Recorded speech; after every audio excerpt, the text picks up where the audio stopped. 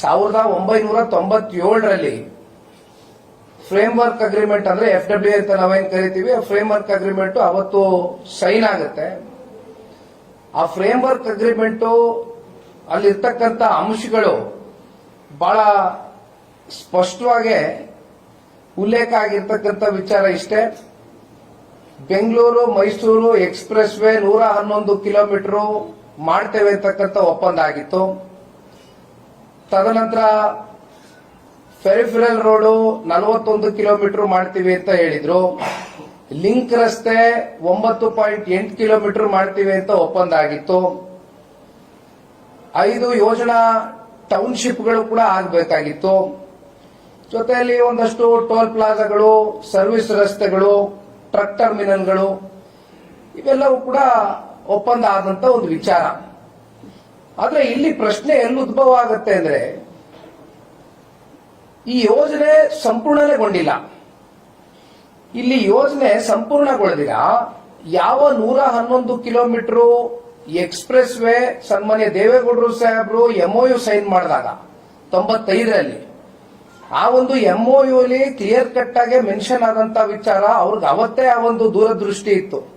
ಇವತ್ತು ನಾವೇನು ಈ 6 ಲೇನ್ ರಸ್ತೆ, ಇವತ್ತು ಬೆಂಗಳೂರು ಮೈಸೂರು ರಸ್ತೆ ನೋಡ್ತಾ ಇದೀವಿ, ಆ ಎಕ್ಸ್ಪ್ರೆಸ್ ಹೈವೇ ಅವತ್ತೇ ಆಗ್ಬೇಕು ಅಂತಕ್ಕಂಥದ್ದು ದೇವೇಗೌಡರು MOU ಅಲ್ಲಿ ಮೆನ್ಷನ್ ಮಾಡಿಸಿದ್ರು. ಬಟ್ ಅದು ಯಾವುದು ಕೂಡ ಆಗ್ಲಿಲ್ಲ. 5 ಕಿಲೋಮೀಟರ್ಗೆ ಅದು ಅಲ್ಲಿಗೆ ಅರ್ಧಕ್ಕೆ ನಿಂತೋಯ್ತು. ಅರ್ಧ ಅನ್ನೋದಕ್ಕೂ ಬರಲ್ಲ. 111 ಕಿಲೋಮೀಟರ್ 5 ಕಿಲೋಮೀಟರ್ ಅಂದ್ರೆ not even very limited percentage. ಅಲ್ಲಿಂದ ಅದು ಆಗ್ಲಿಲ್ಲ. ಜೊತೆಯಲ್ಲಿ ಈಗ ನಮ್ಮ ಮುಂದೆ ಇರ್ತಕ್ಕಂಥದ್ದು ನೋಡಿ, ಒಂದು ಸಣ್ಣ ಉದಾಹರಣೆ ಕೊಡ್ತೀನಿ ನಿಮ್ಗೆ.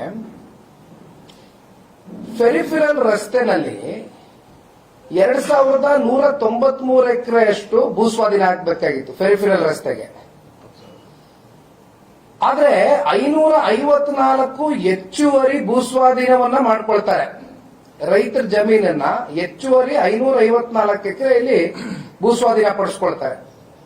ಅಂದ್ರೆ ಹೇಳಿದ್ದು 2193 ಬೇಕು ಎಕರೆ ಅಂತಕ್ಕಂಥದ್ನ ಹೇಳ್ತಾರೆ ಫೆರಿಫೆರಲ್ ರಸ್ತೆ ಮಾಡೋದಕ್ಕೆ. ಇದೊಂದು ಸಣ್ಣ ಉದಾಹರಣೆ. ಹೆಚ್ಚುವರಿ ಯಾವ ತರ ಇವರು ಎಕ್ಸೆಸ್ ಲ್ಯಾಂಡ್ ನ ರೈತರಿಂದ ಪಡ್ಕೊಂಡಿದ್ದಾರೆ ಅಂತ.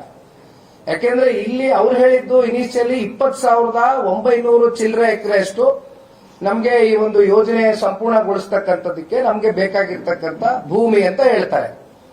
ಬಟ್ ಇಲ್ಲಿ ಒಂದು ಫೆರಿಫೆರಲ್ ರಿಂಗ್ ರಸ್ತೆನಲ್ಲಿ 554 ಎಕರೆ ಜಾಸ್ತಿ ತಗೊಂಡಿದ್ದಾರೆ ಅನ್ನೋದು ನಾನು ಕ್ಲಿಯರ್ ಆಗಿ ಹೇಳ್ತಾ ಇದ್ದೀನಿ. It's a small example for you. ಜೊತೆಯಲ್ಲಿ ಇನ್ನೊಂದು ಪ್ರಮುಖವಾದಂತಹ ಅಂಶ ಏನಪ್ಪಾ ಅಂದ್ರೆ, ಇಲ್ಲಿ ಇದನ್ನ ಪಬ್ಲಿಕ್ ಇನ್ಫ್ರಾಸ್ಟ್ರಕ್ಚರ್ಗೆ ನೀವು ಯುಟಿಲೈಸ್ ಮಾಡಬೇಕಾಗಿತ್ತು.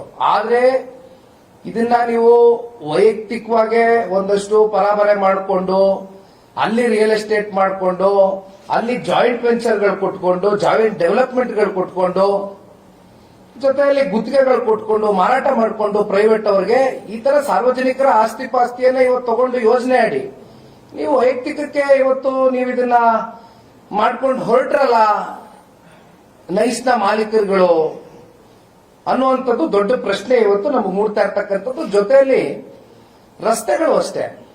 ಇವತ್ತು ರಸ್ತೆಗಳು ನಮ್ಗೇನು ಕಾಂಕ್ರೀಟ್ ರಸ್ತೆ ಆಗಬೇಕಾಗಿತ್ತು, ಸಿಮೆಂಟ್ ರಸ್ತೆ ಆಗಬೇಕಾಗಿತ್ತು. ಆದ್ರೆ ಒಂದ್ ರೀತಿ ಈ ತಾತ್ಕಾಲಿಕ ಡಾಂಬರೀಕರಣದ ರಸ್ತೆಗಳೇ ನೀವು ನೈಸು ಇಷ್ಟು ವರ್ಷವೂ ಕೂಡ ನೋಡ್ಲಿಕ್ಕೆ ನಿಮ್ ಕಣ್ ಮುಂದೆ ಸಿಕ್ಕಿದ್ದು.